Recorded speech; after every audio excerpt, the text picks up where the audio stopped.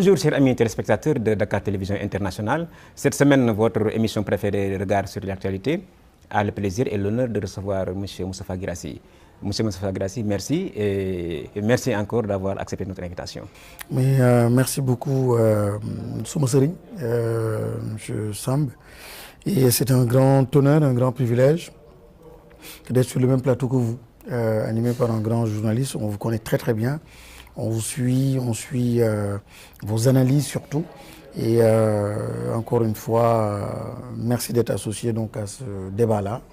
Et ce sera certainement l'occasion d'apporter des éclairages aux auditeurs et au public donc, qui suivent en ce moment l'émission. Comme d'habitude, avant d'aller plus loin, nous allons faire connaissance encore avec M. Moustapha Guirassy. Cette fois-ci, portrait signé par Aïssatou Sow.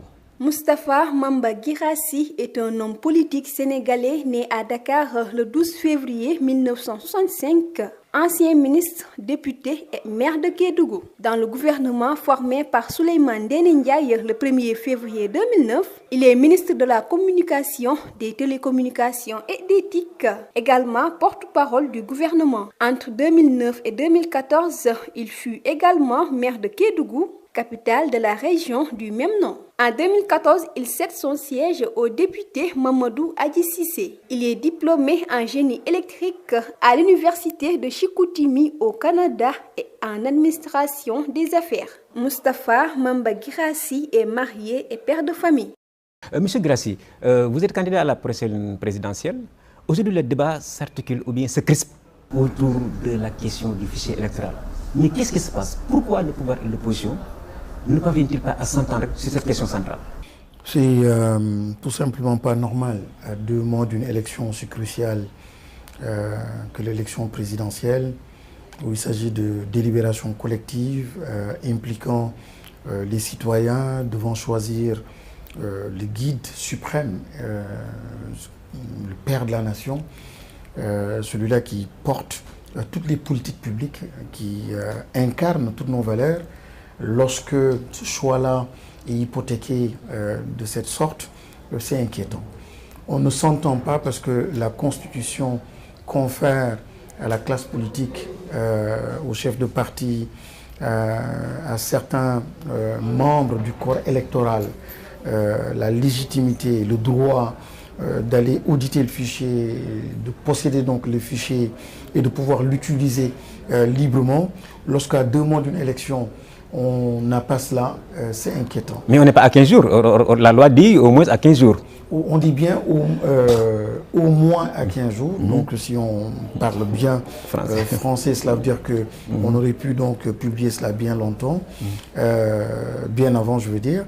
Mais le plus grave, c'est que cette petite nuance-là a été introduite simplement à l'occasion donc du vote de la loi sur le parrainage. Effectivement. Mais depuis, dans l'histoire politique du Sénégal, les grandes avancées démocratiques, les grands moments de délibération collective, on a toujours permis à la classe politique donc, de disposer à temps, bien avant donc, de ce fichier électoral. Ensuite, rappeler simplement qu'il y a eu des révisions de ce fichier-là, je crois, entre mars et avril. Et généralement, lorsqu'il y a une révision, on doit tout de suite, après, pouvoir auditer donc, le fichier.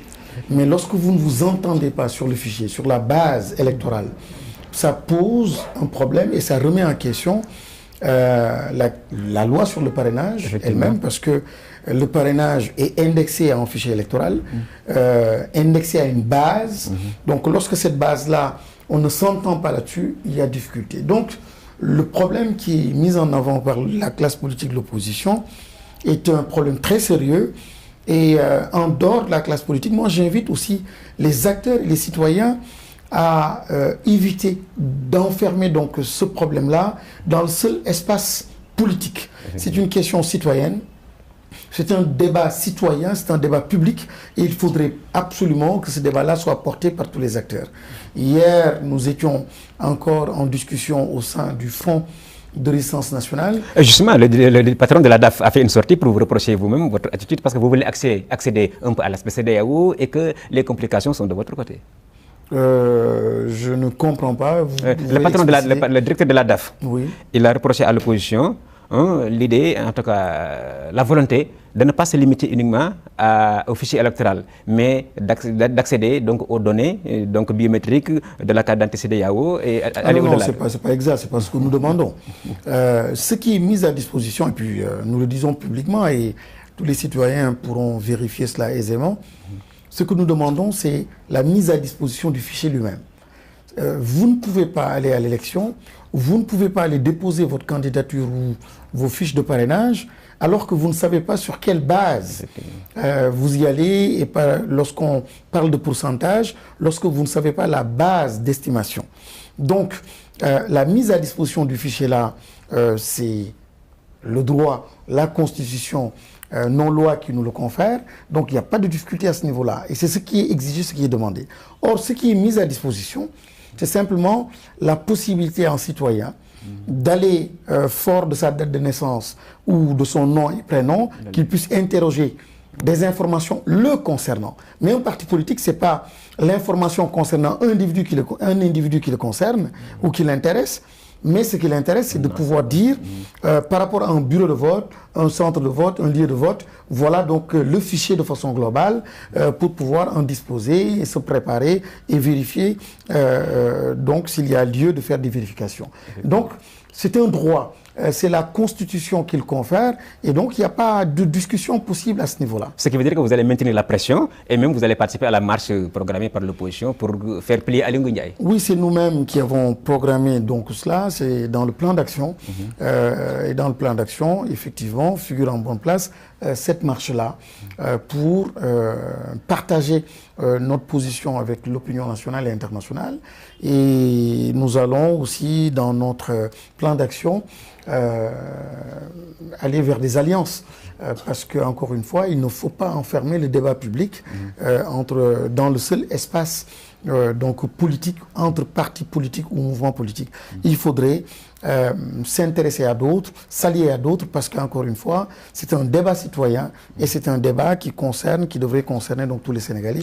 Il s'agit de choisir donc le président de la République. Justement, vous l'avez dit, vous ne comptez pas uniquement vous focaliser sur le fichier électoral, certainement vous comptez mener d'autres actions pour quand même amener le gouvernement à lâcher du lest. Mais aussi, vous n'êtes pas resté insensible aux reproches du Khalife général des Tidjanes durant la Gamou, qui a un peu reproché à la classe politique de tenir un discours incendiaire et d'avoir un comportement qui risque de salir le Sénégal dans le chaos. Oui, mais quand le Khalife tient ses propos, je pense que il parle de propos incendiaires,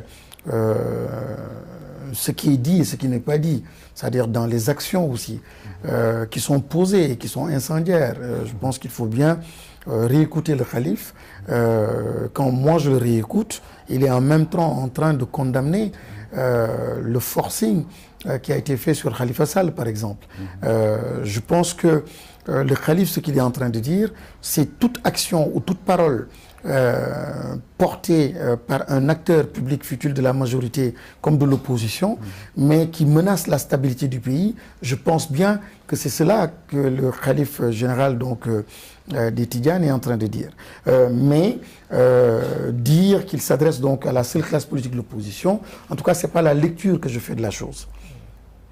Actuellement, vu le contentieux préélectoral, vu les tensions, on dirait que c'est parti pour des élections, en tout cas non apaisées, avant, pendant et après le jour du scrutin. Est-ce que ce n'est pas un signal d'un recul démocratique d'un pays qui jusqu'ici était quand même la vitrine démocratique en Afrique? Au Sénégal, on avait l'habitude de voter le dimanche et le lendemain, lundi, tout le monde allait au marché, à l'école. Est-ce que là, ce n'est pas un recul quand même? Vous savez, dans les grandes démocraties, nous avons vu ce qui se passe dans certains pays. Ce n'est même plus le dimanche, c'est les jours de travail. Oui. Les gens peuvent aller au détour donc d'une course, voter, puis tranquillement, que les choses se passent normalement.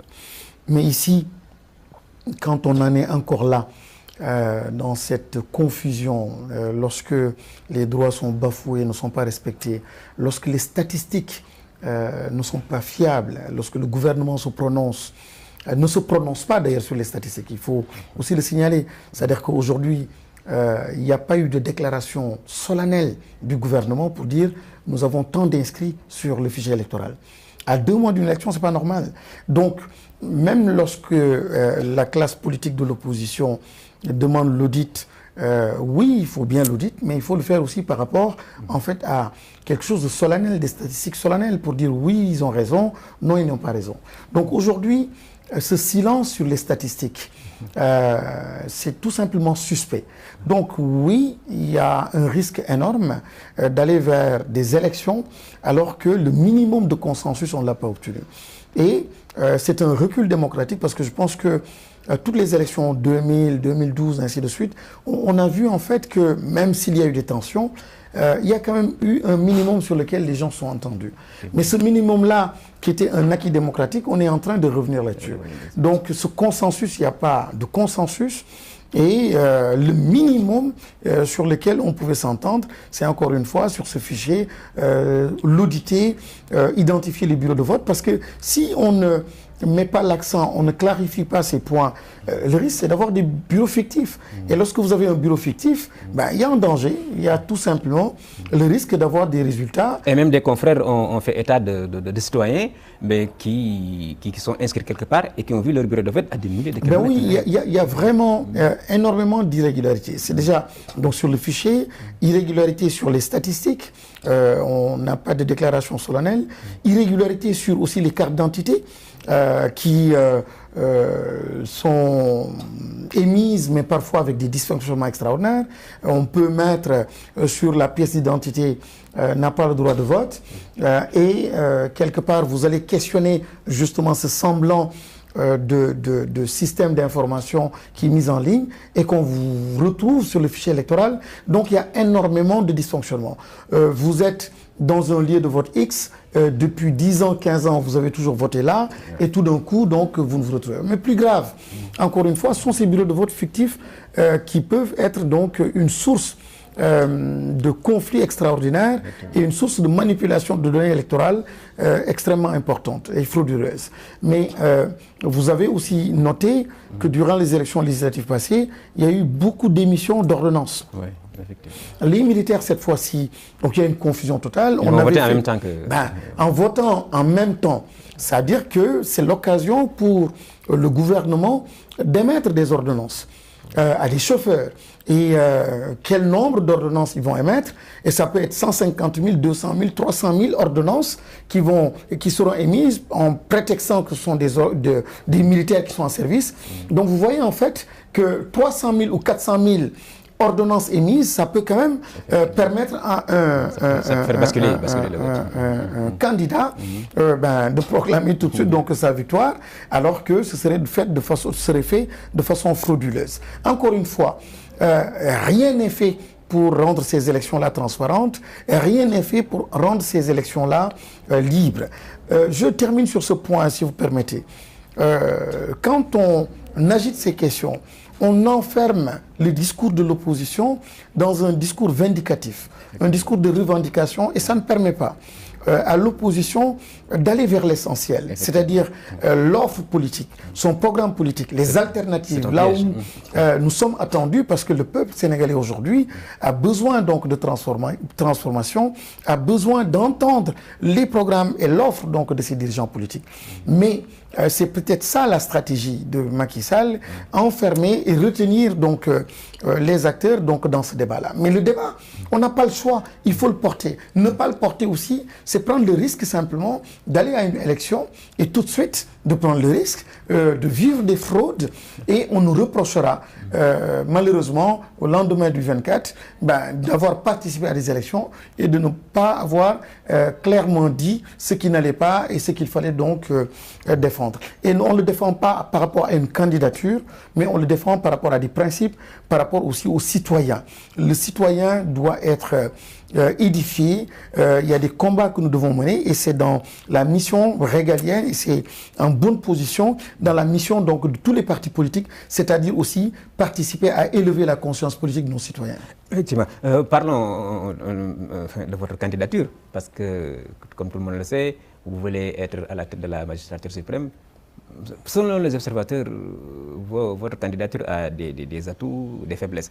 Côté moralité, intégrité, vous êtes un intellectuel, etc. Mais certains pensent que peut-être votre candidature est un peu décrite comme étant une candidature régionaliste. Certains même parlent d'une candidature ethniciste. Alors que répondez-vous à ça?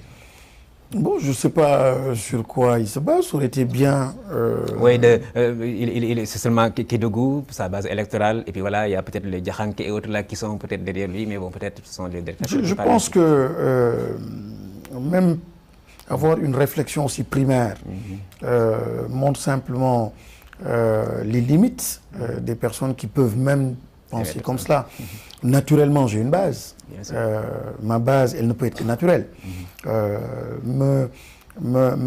Que ça pose un problème, que j'ai une base naturelle, qui soit Diola ou qui soit, etc., ben, je renvoie la balle donc à ces gens-là qui me reprochent d'être né quelque part. Ça, c'est la première chose. La deuxième chose qu'on me reproche, d'avoir une légitimité quelque part, et puis d'avoir une ambition au plan national, c'est un problème. Et vous avez gagné là-bas oui, des élections, et puis j'étais bien sénégalais, africain, musulman, mouride, djaranké, etc. Et pourtant, je suis bien là, dans une institution qui revendique sa modernité, qui revendique aujourd'hui sa présence dans plusieurs parties du continent et dans le monde. Je pense que il faut dépasser cela. Je pense qu'il faut absolument dépasser cela. Le Sénégal a l'avantage d'être un grand pays, un pays où les valeurs donc, positives donc, doivent être mises en avant. Et voilà, il faut plutôt m'écouter, voir mon parcours professionnel, voir mes discours, voir mes combats. Et si on s'en réfère à mon action politique, à mon discours politique, à mes réalisations au plan professionnel, je pense que très vite, en questionnant, on devrait dépasser cette question-là. Donc vous y croyez fermement, vous n'êtes pas sensible à cette discours, vous êtes sur le terrain et côté parrainage, vous avez fait l'essentiel, donc vous êtes optimiste, il ne restera qu'à part campagne. Oui, je pense que les Sénégalais sont plus intelligents que cela. Il ne faut pas insulter les Sénégalais et leur mémoire. Franchement, il faut combattre ces idées-là de l'homme de la banlieue, l'homme de la périphérie. Je pense très sincèrement, honnêtement, les jeunes que j'entends... Sauf que l'homme de la banlieue aussi n'est pas forcément bête. Oui, c'est ce que je dis. C'est-à-dire qu'aujourd'hui, l'intelligence, elle est partout, quoi. Et ce que les Sénégalais recherchent aujourd'hui, c'est l'homme porteur donc, de certaines valeurs pour accompagner la transformation du pays. Et en toute humilité, je dis aujourd'hui, dans le contexte politique actuel, dans le contexte professionnel, entrepreneurial, économique, je n'ai pas à rougir. Je pense que ma participation et ma contribution dans la transformation du pays au plan économique, social, etc., franchement, si on me jauge à cette aune-là, je pense que j'ai de quoi être à l'aise. Donc, tout cela m'a permis d'avoir cette base dont vous parlez, d'avoir aussi eu la possibilité de parcourir le pays, de rencontrer les différents compatriotes dans les différentes régions et espérer aussi boucler à terme donc, le parrainage pour pouvoir être candidat. Vous avez fait allusion tout à l'heure, tout le monde sait que vous êtes très attaché à la culture. Hein? À l'aune de la mondialisation, pensez-vous que la dimension culturelle peut quand même contribuer au développement, à réconcilier les Sénégalais avec eux-mêmes et même à d'atteindre positivement sur notre diplomatie qui bat de l'aile actuellement? La culture est le principal levier qui me permettra, lorsque j'accéderai au pouvoir, de transformer de façon profonde mon pays. Quand je parle donc de culture, c'est d'abord par rapport aux valeurs qu'une culture permet donc de transmettre et de partager. C'est des valeurs de dignité, de responsabilité. C'est à partir donc des lunettes de sa culture, du prisme de sa culture, qu'on interprète l'économie, les finances, qu'on interprète les politiques publiques. Lorsque vous n'avez pas les bonnes lunettes pour comprendre la vie, interpréter la vie, naturellement, vous avez un dysfonctionnement entre le sens que vous donnez à votre vie et donc la réalité politique ou les politiques publiques elles-mêmes. Et c'est là où le bas blesse depuis les indépendances jusqu'ici. Lorsqu'on parle donc de changement de système, on en parle, mais je parle bien de changement d'hommes. Il faut d'abord changer les hommes. Or, les hommes, on ne les change pas financièrement, on ne les change pas matériellement, on les change à partir donc de la culture. Et c'est là où, en parlant de culture, je mets en avant de plus en plus une dimension extrêmement importante de notre culture, ce que j'appelle donc ce capital spirituel. Ce capital spirituel, cette intelligence spirituelle qui est au-delà de l'intelligence émotionnelle, c'est une réalité. C'est-à-dire qu'aujourd'hui, on parle de bonne gouvernance, on parle d'éthique, on parle de moralisation de la vie publique. En réalité, de quoi on parle? On parle simplement de l'esprit. C'est-à-dire que un peu plus d'éthique, la question du sens. Aujourd'hui, être un grand dirigeant, c'est donner du sens au sens. C'est revenir à la question de la signification. Un exemple concret. Comment pouvez-vous investir des milliards dans l'éducation si vous ne réglez pas la question du sens? Quelle orientation donner à mon éducation? Quand je prends un enfant de 3 ans, comment l'éduquer? Qu'est-ce qui est important pour moi dans le contenu? Or, ces questions-là ne sont pas prises en compte aujourd'hui. Et c'est pour cela que des milliards sont investis et on n'arrive pas à transformer nos économies. On n'arrive pas à transformer nos sociétés. Tout simplement parce que le levier de la culture, comme Cheikh Anta Diop le mettait en avant, sont des leviers qui ne sont pas mis en avant. Vous avez récemment vécu en direct cette grande rencontre de nos dirigeants africains avec donc le président Macron ici même au Sénégal pour parler du financement de l'éducation. Ils ont mis en avant la question du financement, mais sans mettre en avant la question du contenu, mais une question qui ne peut pas être réglée, encore une fois, si on ne met pas la dimension donc de la culture en avant.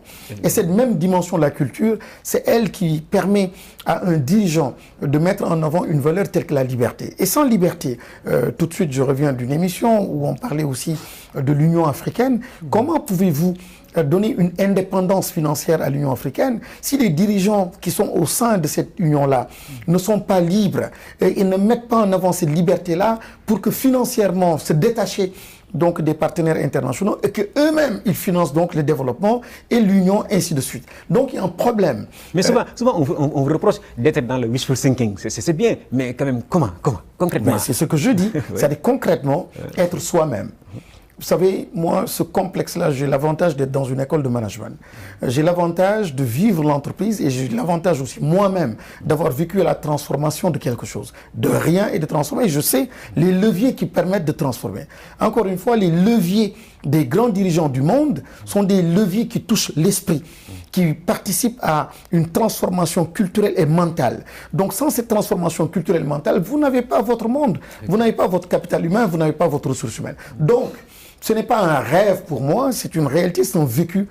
Et les Africains, s'ils ne réussissent pas à mettre le doigt ou à mettre en avant ces transformations, ces révolutions mentales, ben on ne fera pas donc les changements qu'il faut. Le véritable changement, il doit porter sur l'homme, et le changement le plus important en Afrique et surtout au Sénégal, il ne pourra jamais se réaliser si on ne transforme pas notre système éducatif.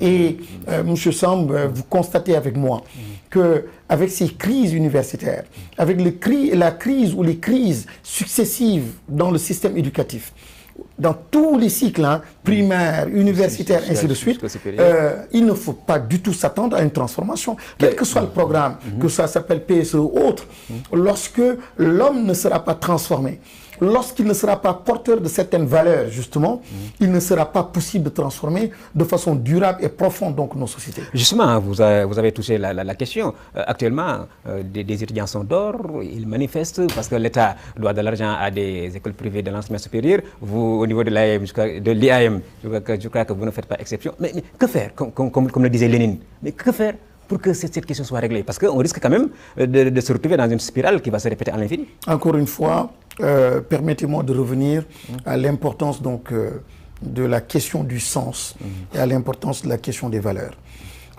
Ceux qui avaient le complexe de l'économie des chiffres, comme depuis les années 60, nos technocrates, dans le monde d'ailleurs, pas seulement au Sénégal, continuent de mettre en avant des programmes, la litanie des programmes.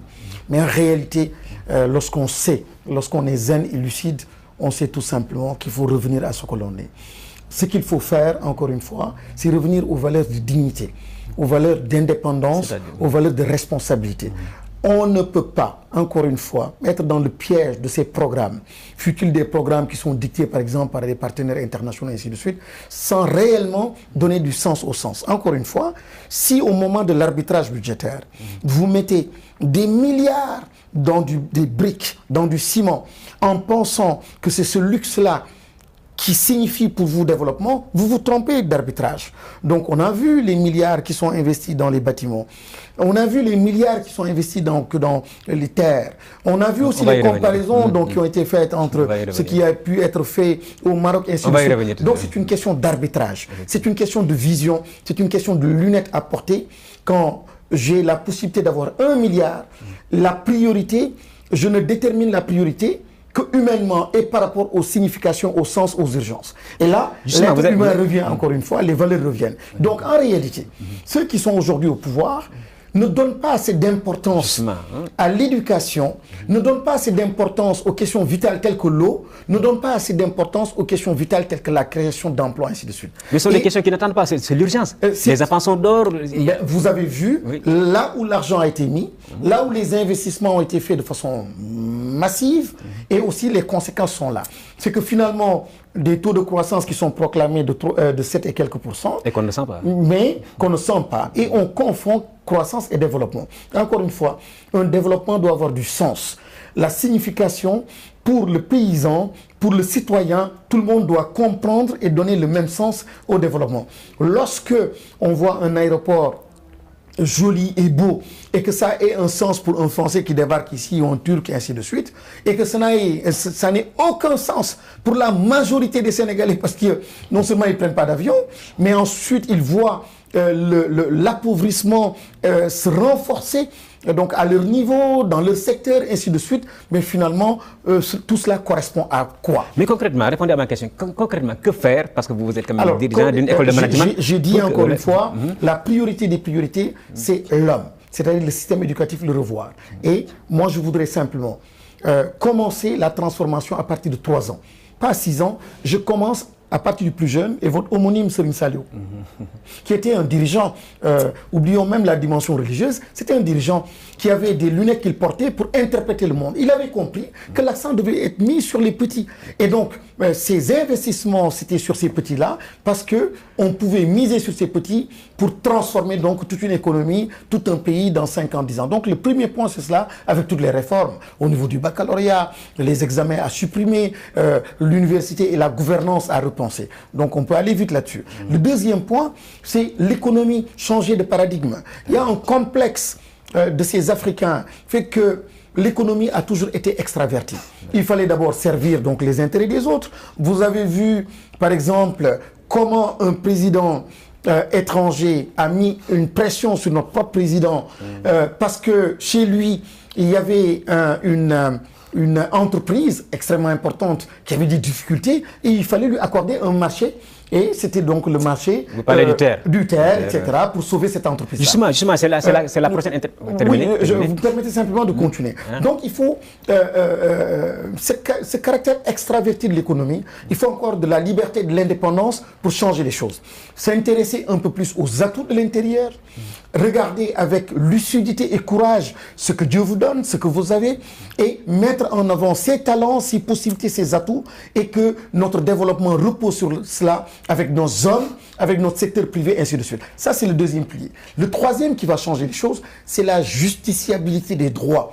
On ne peut pas continuer dans un pays où le droit à la santé, le droit au logement, le droit à l'éducation, tous ces droits-là sont bafoués au point de voir des citoyens s'immoler devant donc les grilles du palais. Parce que simplement, il y a des droits qu'ils voulaient défendre, mais il n'y a aucune justice, aucune possibilité donc de mettre en avant ou de défendre ces droits. J'avance très très vite. Et quatrièmement, c'est absolument une transformation digitale du système. Parce qu'on ne peut pas continuer à vivre ce niveau de corruption, ce manque de transparence et ce manque d'efficacité. Aujourd'hui, ce n'est pas un luxe. On ne peut pas se permettre, parce qu'on est en Afrique, de continuer à fonctionner, même pour un état civil, des états civils, à être donc vraiment avec des rapports rudimentaires, une administration complètement dépassée. Il faut, si on a la volonté d'être transparent, il faut cet outil-là, il faut une digitalisation et que ça pénètre le secteur de la santé, le secteur de l'éducation, le secteur agricole. Il y a des pays qui sont en train de les réussir, nous avons les moyens de le faire. Mais plus important. Un exemple concret, un étudiant qui fait un concours à Dakar et qui est né à Kédougou est obligé de retourner à Kédougou pour avoir un extrait de naissance ou bien un casier judiciaire. Mais plus grave, le taux de mortalité, pour vous dire, le taux de mortalité, généralement, allez voir les statistiques dans les hôpitaux, on ne meurt pas souvent parce qu'on n'a pas de médecin. On meurt parce que le temps d'être pris en charge par un médecin, on ne connaît pas votre groupe sanguin, on ne sait pas la piqûre qui a été administrée la veille, on ne connaît pas les ordonnances qui ont été administrées la veille, et finalement, vous mourrez entre-temps parce que le temps d'attente a été très très long.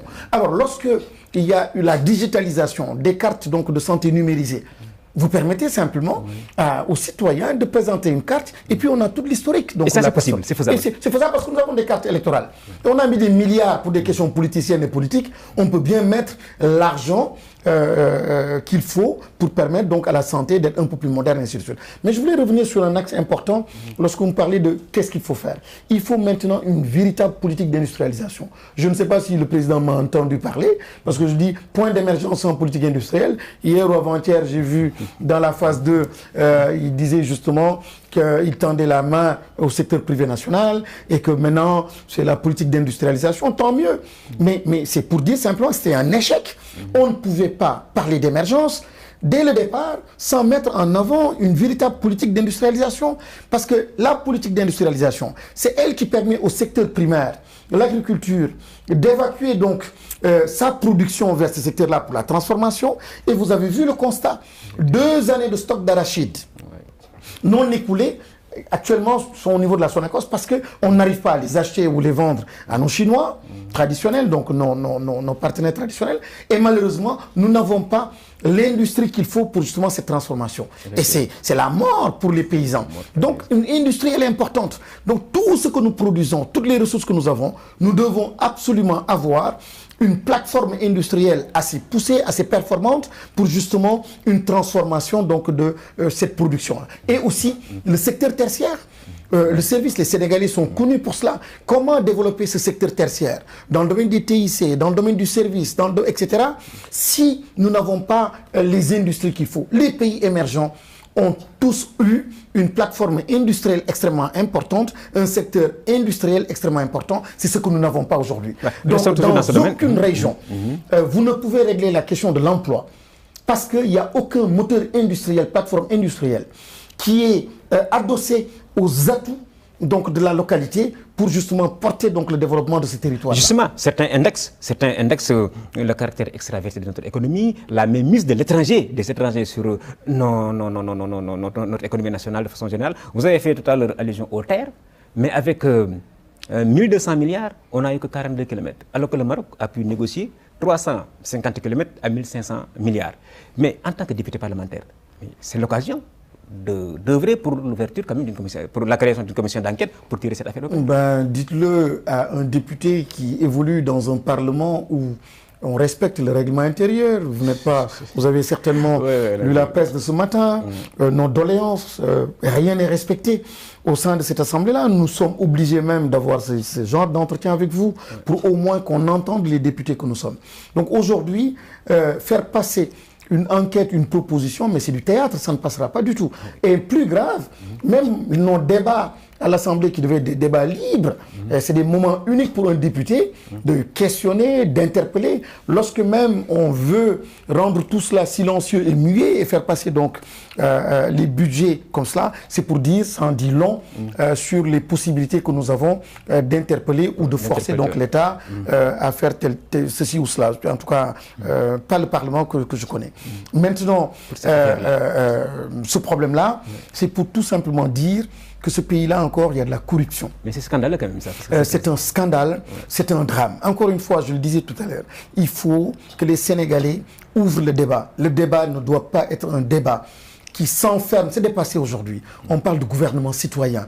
Aujourd'hui, les TIC, les réseaux sociaux permettent à chacun, dans tous les coins et recoins donc de ce pays-là, de participer à ce débat-là. Ce n'est pas un débat qu'il faut laisser entre les mains des politiciens. C'est un débat sérieux. On ne peut pas accepter ce scandale-là. Et puis dans tous les secteurs, hein, dans le domaine du pétrole, on l'a vu. Oui, d'ailleurs, c'est la question les mines, Mifersio, on a vu ce qui s'est passé. On voit ce qui s'est passé avec le Prodac. On a vu énormément de scandales. On a vu avec l'OFNAC des scandales. Et puis, c'est le président lui-même qui dit « J'ai des dossiers, si vous saviez les dossiers que j'avais sur lesquels j'ai mis le coude. » Donc, c'est tout simplement pour dire qu'il y a un problème qui est grave. Et finalement, on baisse les bras. Finalement, je dis même pas, je parle même pas de la classe politique, sont les Sénégalais qui ont perdu leur capacité d'indignation.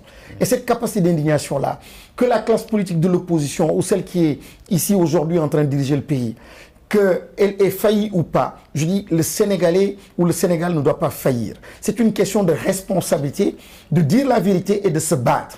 On ne peut pas accepter qu'il y ait des scandales et puis que des institutions ou des corps de contrôle aient mis le doigt là-dessus et que bon, silence radio, avec donc cette complicité aussi parfois des médias, qui aujourd'hui, parmi beaucoup d'acteurs qu'on a vus très actifs il y a quelques années, aujourd'hui tous dans le système, il y a un problème très sérieux et encore une fois, la pente, elle n'est pas du tout reluisante.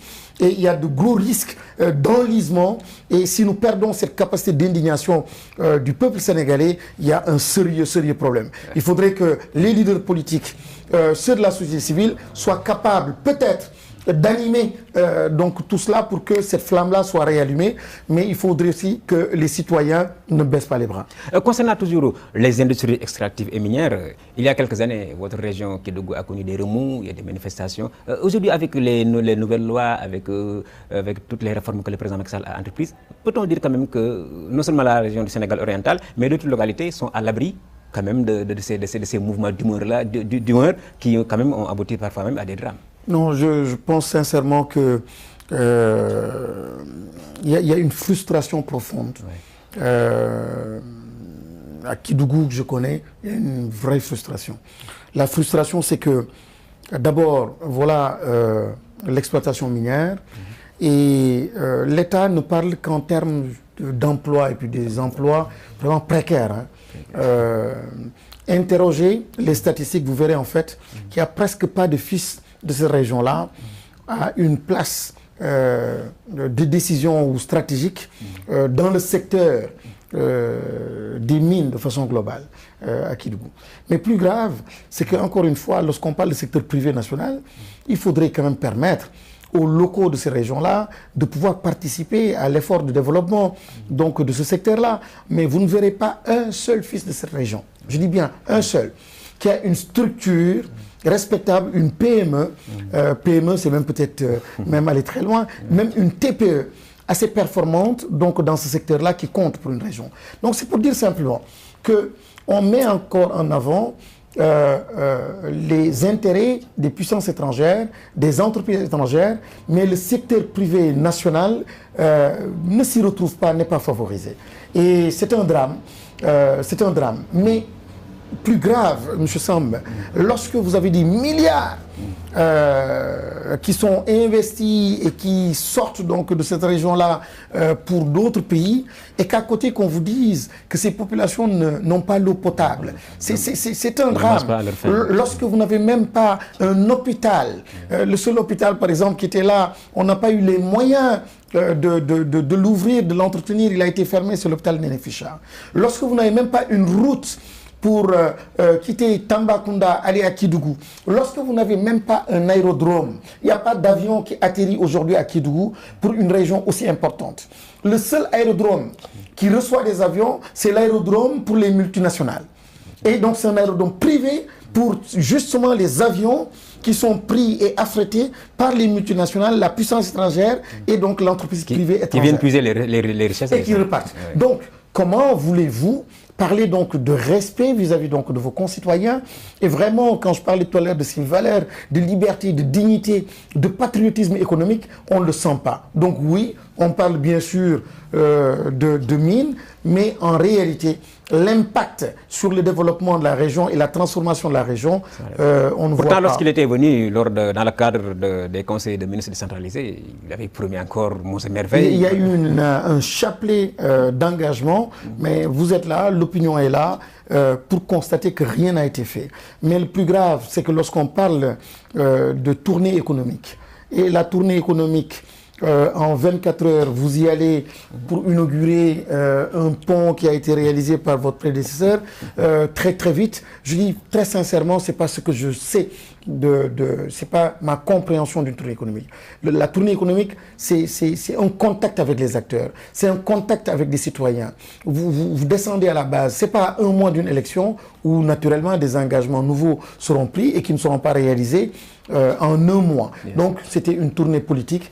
Et le conseil décentralisé, c'est la communication. Là aussi, c'est un exercice de communication, pas plus. Mais réellement, il n'y a aucune action qui va dans le sens, en fait, de transformer de façon durable, donc, notre périphérie. La périphérie, aujourd'hui, je ne parle plus de Kédougou, je parle de Matam, je parle de Saint-Louis. Vous avez vu ce qui se passe à Saint-Louis. Vous avez vu, en fait, avec les pêcheurs, avec donc cette érosion, et puis le drame, la houle, et que l'État soit dans une position d'attente, encore une fois, des bailleurs de la Banque mondiale, des promesses aussi du président Macron. Je pense que, tout simplement, c'est une faillite de nos dirigeants. Et je vais plus loin, il faut questionner donc le port de Saint-Louis. Lorsque le maire de Saint-Louis ne laisse pas entre les mains de l'autorité qui est habilitée pour la gestion donc des ports, gérer cette question-là. Mais c'est une question qui ramène donc au sein de la municipalité de sa commune pour dire que je gère et ils ne pourront pas gérer. Je me pose aussi des questions tout simplement pour dire est-ce que c'est pas de façon délibérée qu'on veut décourager les populations de Saint-Louis à quitter ces espaces-là pour permettre l'exploitation du pétrole, pour que demain, qu'il n'y ait pas de conflit entre les pêcheurs et ces industries donc, pétrolières, ces multinationales, c'est peut-être ça. Et donc, c'est un silence coupable, une attitude coupable. On ne peut pas comprendre donc, que l'État voit venir le drame et croise les bras et en même temps qu'il ait les possibilités donc de réagir, qu'il n'y ait pas de réaction. Je pense quelque part qu'il faut lier cette question-là, cette attitude-là, donc à la question du pétrole. Mais monsieur Fagarassi, reconnaissons quand même que tout n'est pas noir, parce que quand même, dans le cadre du PSE, il y a quand même la ville nouvelle de Diamniadio, il y a quand même le PUDC, mais quelque part quand même aussi ça frémit.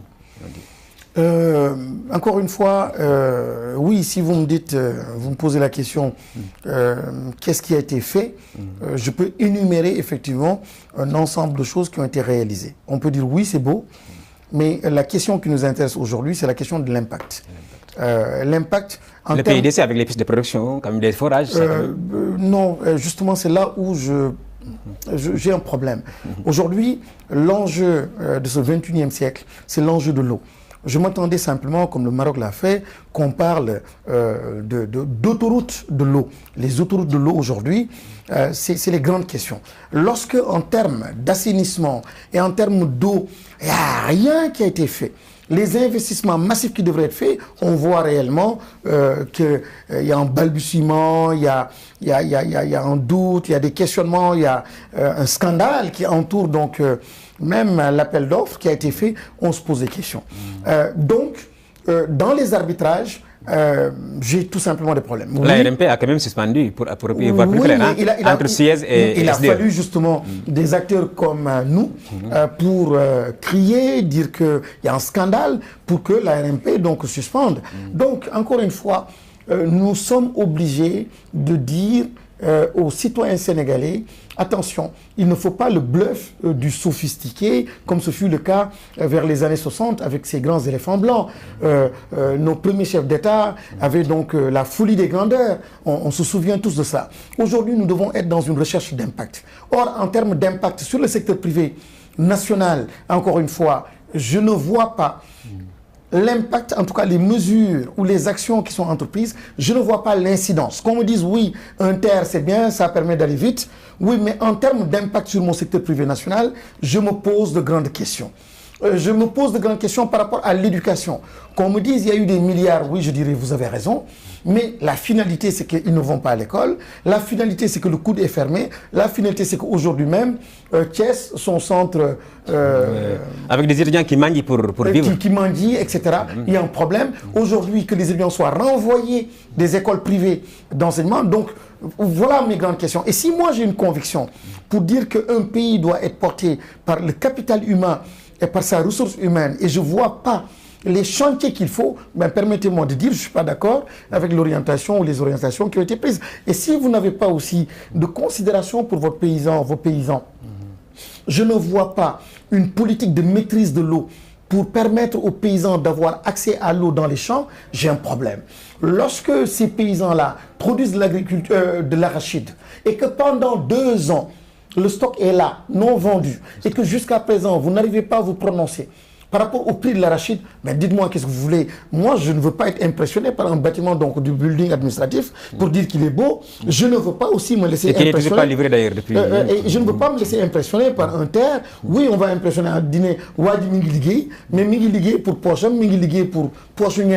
Mais en réalité, c'est l'histoire simplement de la personne qui donne 100 francs à quelqu'un et l'autre qui donne 1 million. On dit oui, celui-là qui a donné 1 million est très gentil. Sauf que celui-là qui a donné 100 francs a donné tout ce qu'il avait. Mais celui-là qui a donné 1 million avait donc dans son compte peut-être 1000 milliards.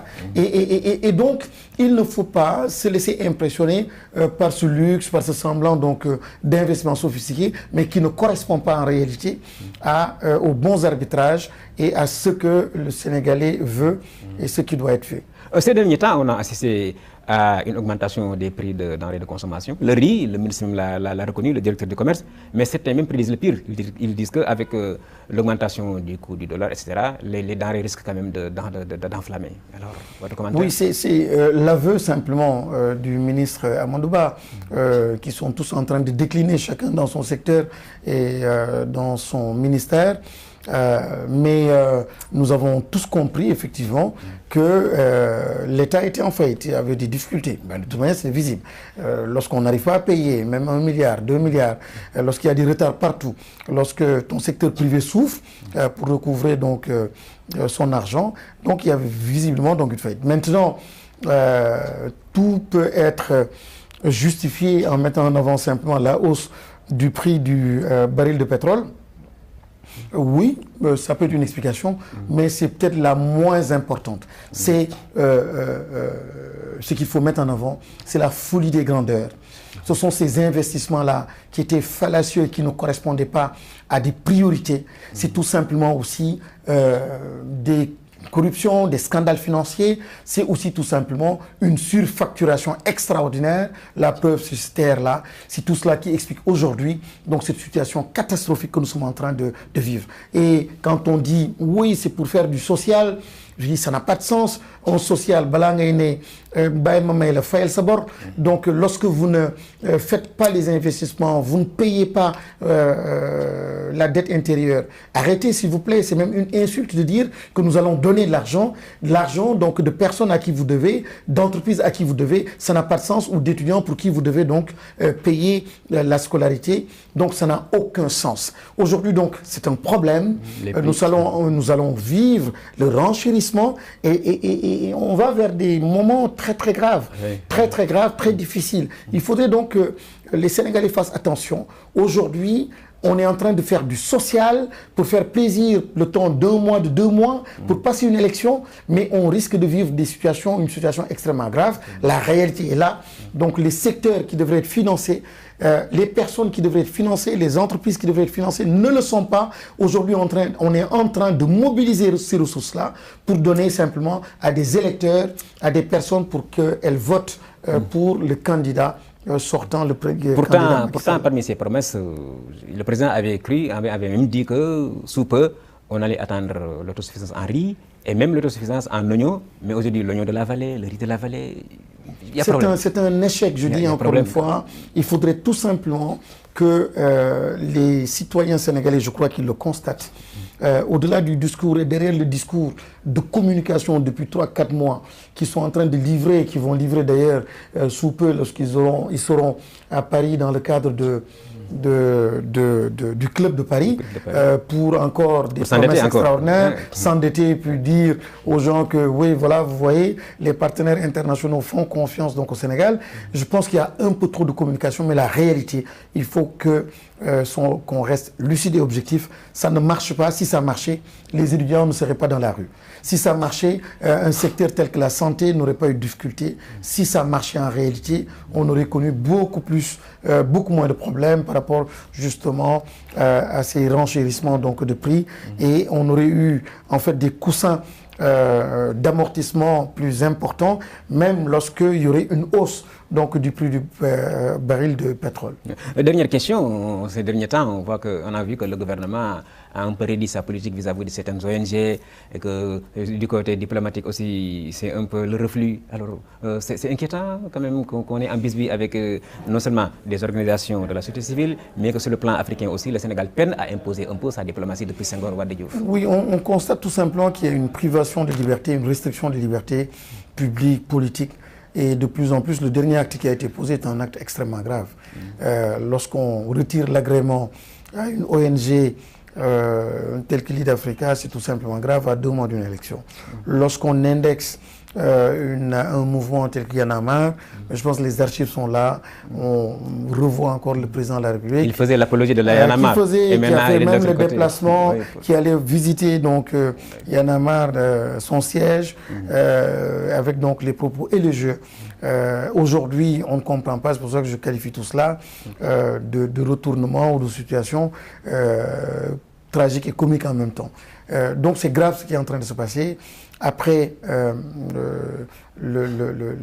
l'enfermement de certains adversaires politiques, l'instrumentalisation de la justice, aujourd'hui on voit l'instrumentalisation de plus en plus forte du ministère de l'Intérieur pour priver donc certaines ONG de leur agrément, de leur possibilité donc d'accompagnement, des libertés publiques collectives, financer une ONG pour permettre aux jeunes d'aller retirer leur carte d'électeur ou leur carte donc d'identité. Je pense que c'est tout simplement un acte citoyen, un acte civil extrêmement important. Donc on ne comprend pas, il faut absolument arrêter ces dérives-là, elles sont extrêmement fortes et remettre en question nos acquis. La vitrine démocratique sénégalaise est de plus en plus en train de craqueler, et nous tout simplement nous risquons de perdre donc la belle façade que nous avions. Merci M. Moustapha Guirassy d'avoir accepté notre invitation. Merci également à l'équipe technique composée de Daouda Cissé et de Babacar Ndiaye. Et amis téléspectateurs, donc votre émission Regard sur l'actualité vous retrouve la semaine prochaine.